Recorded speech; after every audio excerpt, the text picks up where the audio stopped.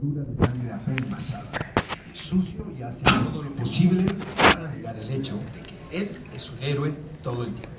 Les queremos dar a todos ustedes, en nombre de Warner Brothers, la bienvenida a esta conferencia de prensa de la película Batman contra Superman, el origen de la justicia, lo que muchos han descrito como la contienda del año, el hijo de Krypton contra el murciélago de Ciudad Gótica. ¿Quién podrá ganar este combate?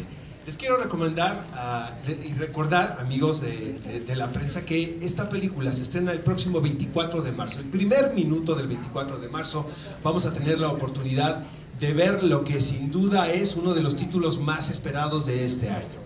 Les recuerdo también que ya hay preventa de funciones de medianoche, que son algunas de las exhibiciones a las que todos nosotros nos gusta asistir. Esta película se va a exhibir en formato 2D, 3D, IMAX 3D y 4DX. Les quiero recordar también que tenemos un hashtag para que lo utilicen en sus diversas redes sociales, de sus distintos medios de comunicaciones. ¿Quién ganará? Gatito, ¿quién ganará?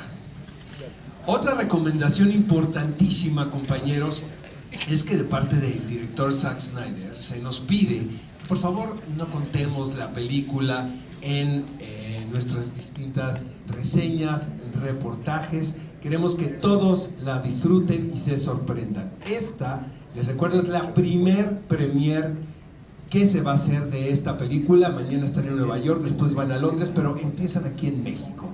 Así es que muchísimas gracias, estamos muy emocionados, y para ponernos en contexto vamos a ver algunas imágenes de esta película.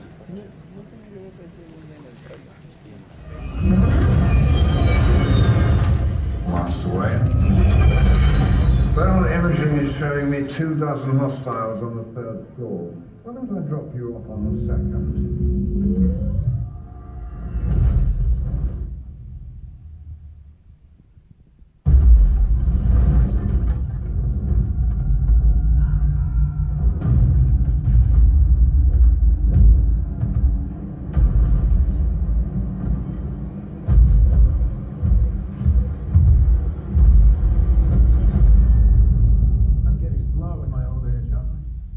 Got too old to die young, not for lack of trying.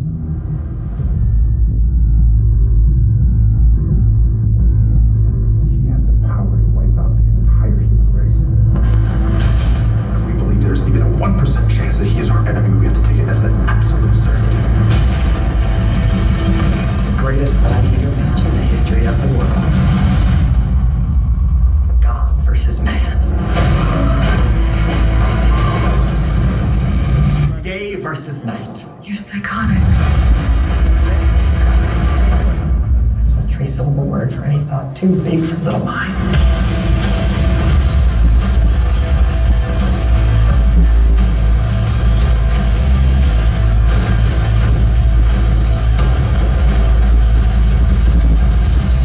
I'd know if she wouldn't like you.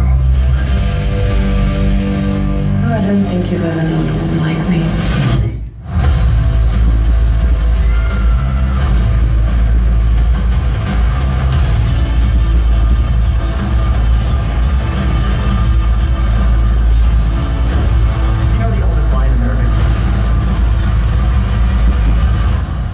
Can be innocent.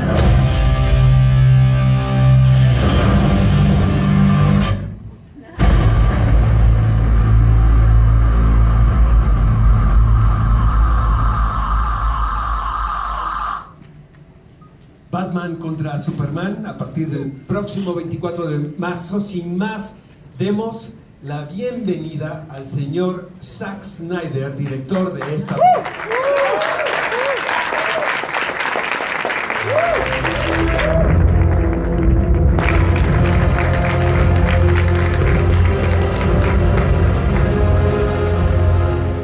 Ben Affleck.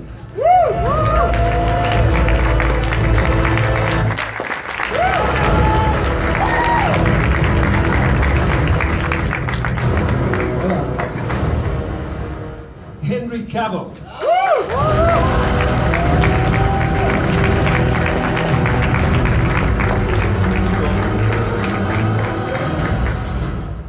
Gal Gadot.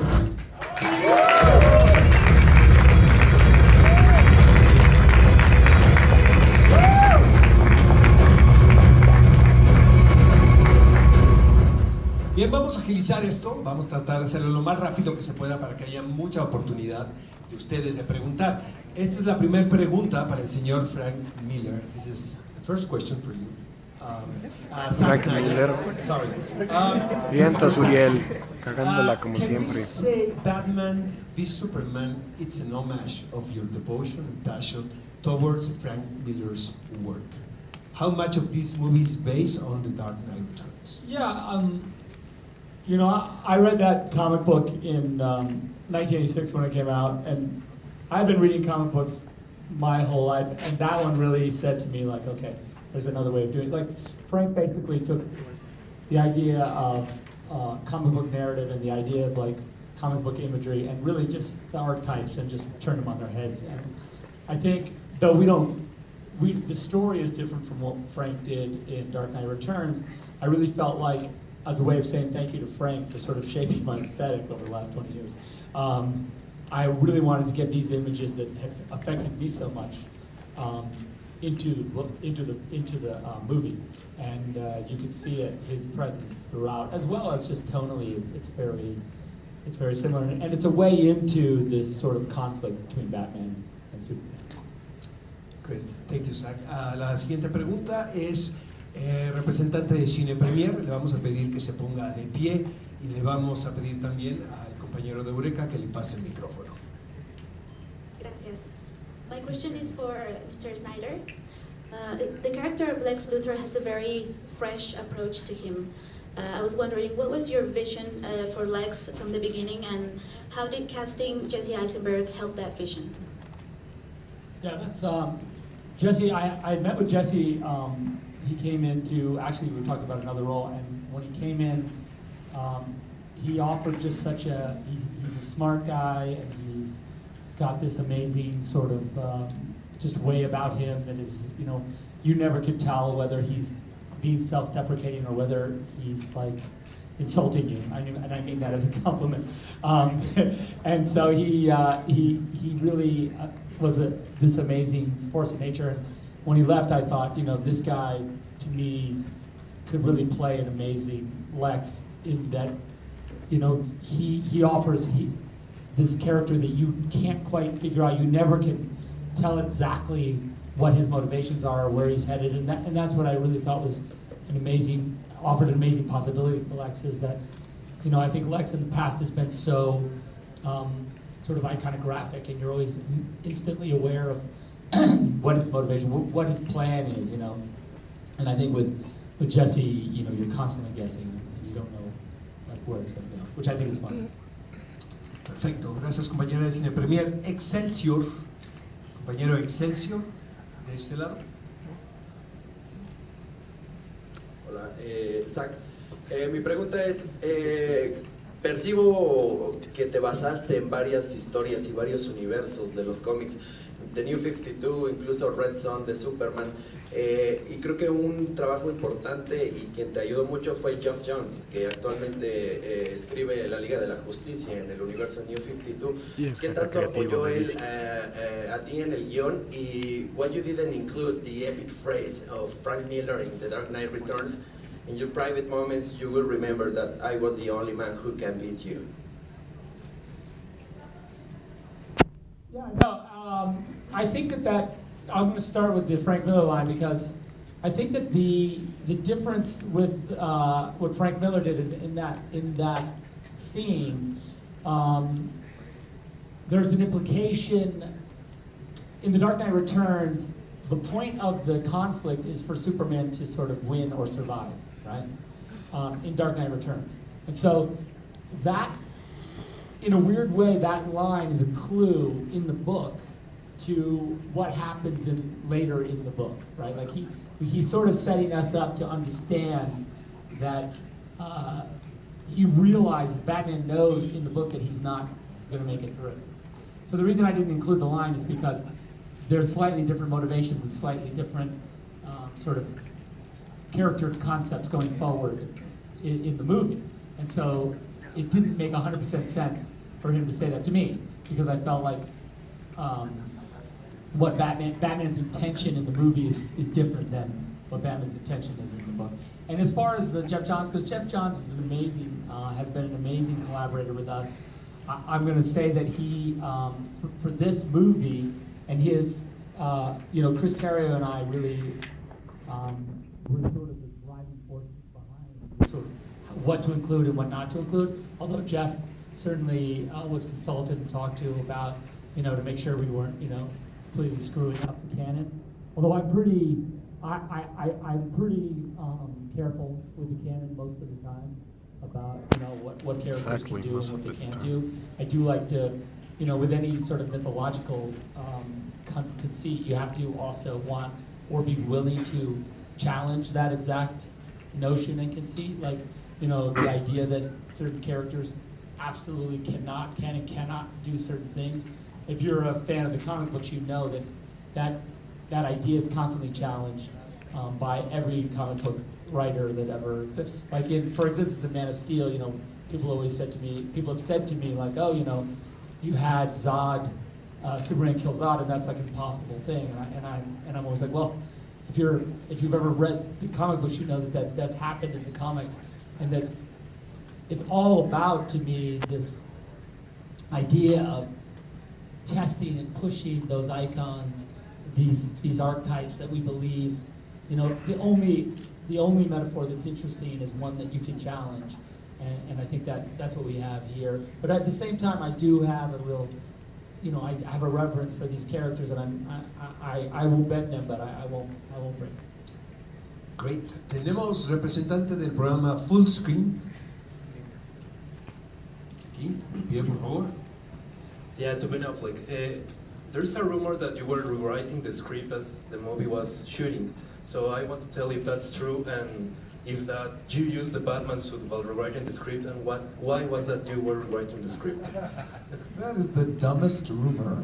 I have lived a long life of rumors, and many of them absurd, and that is one of the most absurd of all of them. I just like the idea also that if I was gonna write, I would go put on the bat suit first, just to get ready, because it's so comfortable to write in. I can't even write with a pencil, much less type with the gloves on. We were graced with an extraordinary writer in Chris Terrio, who wrote Argo, and a brilliant collaborator with Zack, and they put together something that was extraordinary in this, I think, in this screenplay and in this movie, and that I was just happy to be part of. I was so relieved that the only thing I had to do in my batsuit was just try to play Batman, and not have to worry about making the movie. That it was really a joy to be able to do it. So no, I didn't rewrite anything in any outfit, underwear, long or otherwise. Oh, Ben, what about directing one of the next Batman films? That's an interesting idea. I don't have any. I'm directing a movie, finishing a movie right now for Warner Brothers called Live by Night, which I'm sure I'll come back here and talk to all of you about, and I hope you all come back when it's a movie with people without capes. And I'm kind of a one-at-a-time sort of guy. I'm editing that movie now while I'm promoting this, and then when that's done, I'll figure out what I'd like to do next. This experience working for Zack and with these great, the cast and crew, and working for Warner's, who's so incredible and supportive, has been really instructive and has inspired me, definitely. I wouldn't have been prepared to direct a movie of that scale until I kind of got a chance to sort of almost apprentice, and watch Zack do it, which has been really a great learning experience for me on this movie. Thanks. Me voy a tomar la libertad de hacerle una pregunta a Gal Gadot. Gal, how contemporary is your approach to this iconic character? Hi. To be honest with you, even, I'm sorry, too many interviews, I'm losing my voice. Before they even cast me for this part, Zack had a very, very clear vision and an idea on who is the Wonder Woman that he wants to bring back and what's her story. For me, I feel like I'm the luckiest girl alive to be playing this part. I have so much respect for Wonder Woman and everything that she stands for love and justice and truth and compassion, and she's amazing. She's bigger than life. And for me, all I had to do was basically come on board, embody everything that Zack wanted me to do, give my own input and notes, and just go for it. It was important for me that she's not going to be goody two-shoes. She's so perfect. She has such an amazing, values, and I wanted people to be able to relate to her. And I love her. I hope you love her too. And it's been a pleasure. Terrific. Another this one, honey. Siguiente medio de comunicación es un compañero del periódico Reforma. Hola, son dos preguntas rapidísimas, una para Zack. Tanto en los cómics como en las películas hay una guerra no declarada entre Marvel y DC. Después de haber hecho esta película y de ver lo que lograste con esta película, ¿cómo dirías que va el marcador en ese juego? Y para ver, Chris Terrio Todos están ganando en millones de una dólares. entrevista dijo que la experiencia de haber hecho Batman contra Superman suponía una de las experiencias más rigurosas intelectualmente hablando. ¿Cómo fue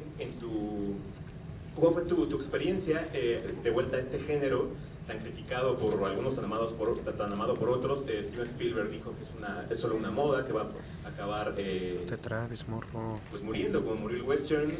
Alejandro González Iñárritu, el director mexicano, lo llamó genocidio cultural. Tu opinión al respecto, por favor. So, first Zack and then Ben. To answer that. Yeah, listen, as far as the Marvel DC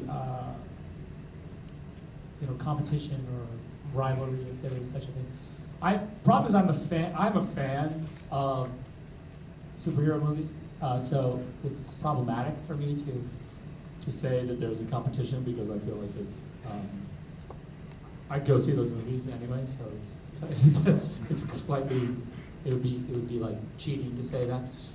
But listen, the truth is, the onus really goes on to all of us to make the movies as good as we can. I think that's really, if Spielberg said, and Spielberg did say that, these movies were going to go by the way of the Western, and that's a fine comment. By the way, I don't know that, no one can say that he's 100% wrong, but what it does point out to us is that we need to make the movies as good as we can, and we need to make the movies, mean something and be about something. We can't. The audience is not going to tolerate just us giving them the same movie over and over. That's just not. That's not cool. And it's true. When I was working with Chris and we were talking about this project, because he's such a smart guy and all the things that we wanted to get into the movie, the sort of multi-layered metaphors about whatever it is, unilateralism, police brutality, however you want to look at it, it's all there. I think that, Chris can't help himself. He's going to do that. Like, you can't just go, you can't say to him, like, well, just make them fight, He just doesn't, he doesn't work that way. So it was an incredibly, painstaking and fun for me to watch him suffer a teeny bit in a great way, because he's so smart. Process of writing the script, and I think that we do have to make the movies as good as we can. Thanks. Yeah, I think this genre is a genre of movie, like the Western, like the science fiction movie, like there used to be a genre called wrestling movies. There was a genre of mountain climbing pictures. Genres come and go, and what they are really is just things that we wrap themes inside, and the themes are what are permanent. And we've been dealing with the same themes as storytellers since cinema but since the Greeks, really, and so that's what's lasting. And this theme of this genre, rather, of the superhero, seems to be resonating with people now. I'm not sure why it is. Maybe because it's a particularly scary time and we feel vulnerable and the world seems uncertain and out of our control, and we imagine it would be nice if there were heroes that could help us or save us or make things better. I'm sure, like all genres, this one will wax and wane with popularity. I know Alejandro, he's a great guy, he's a brilliant filmmaker, I admire him enormously. Jibo's a friend of mine, all those guys. Alejandro's given also to occasional overstatement. I wouldn't call it cultural genocide, but that's not at all dramatic. but he's brilliant, and his point is taken that you can't just swallow up cinema with one kind of movie. There needs to be many kinds of movies, and we're certainly better for those that he makes as well. And with Chris, Chris's process is painstaking because he doesn't, as Zach said, he doesn't know how to sort of just regurgitate something and put it on the page. If he wants to write about, if there's some theme that he finds, he has to sort of exhaust himself researching it before he can write a page or two of dialogue. So he sort of puts himself through this incredible tortured ringer, which is very bad for him, but good for me, because the script ends up being good, and I don't torture myself. I just wait for him to be finished. Gracias, Ben. Yeah, could it be also that there's like, it's just an interesting thing about, we've reached this point in technology where, in a lot of ways, the movies are this amazing, place to go to see the limits of what's possible in, technologically speaking, within, cinema and image making, and superheroes tend to give us an amazing subject matter to sort of exercise the limits of that. So, I mean, part of it too. Gracias. Mr.